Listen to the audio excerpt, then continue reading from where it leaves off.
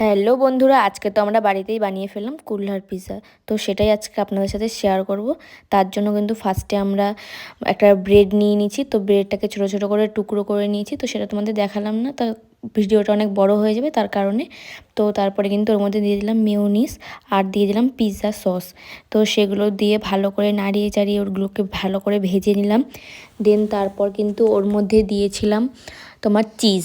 তো চিজটাকে গ্রেট করে দিয়ে দিলাম। দেন তারপর তোমার একটা পাত্র নিয়ে নিলাম, তো তার মধ্যে তুলে নিলাম সব, যেটার মধ্যে কুলহার পিৎজাটা তৈরি করব। তো সেটার মধ্যে সবগুলো তুলে নিলাম।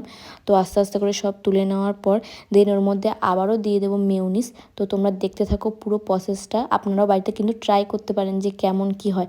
তো আমরা কিন্তু এই ফার্স্ট টাইমে ট্রাই করলাম, কারণ আগের দিন আমরা মেলা দিয়ে খেয়েছিলাম। তো তার জন্য দেখলাম যে বাড়িতেও ট্রাই করে যে কী ভাবে তৈরি করা যায়। তো সেই জন্য তৈরি করছিলাম। তারপরে দিয়ে দিলাম আমরা মজেরিলা চিজ। তো এটা কিন্তু আমরা মল থেকে কিনে নিয়ে এসেছিলাম, আমাদের এখানে দোকানে খুব একটা পাওয়া যায় না। তো তোমরাও মলে গেলে তখনই কিনে আনবে। তো তারপরে কিন্তু আমাদের পুরো পিৎজাটা একদম পুরো রেডি হয়েছে। কুলহার পিৎজাটা পুরো রেডি হয়ে গেছে, দেখতেই পাচ্ছ খুব সুন্দর লাগছে। তারপরে এটা কিন্তু আমরা আগুনে বসিয়ে দেব। তো এটা কিছুক্ষণ হিট হওয়ার পর দেন তারপর নামিয়ে নেব।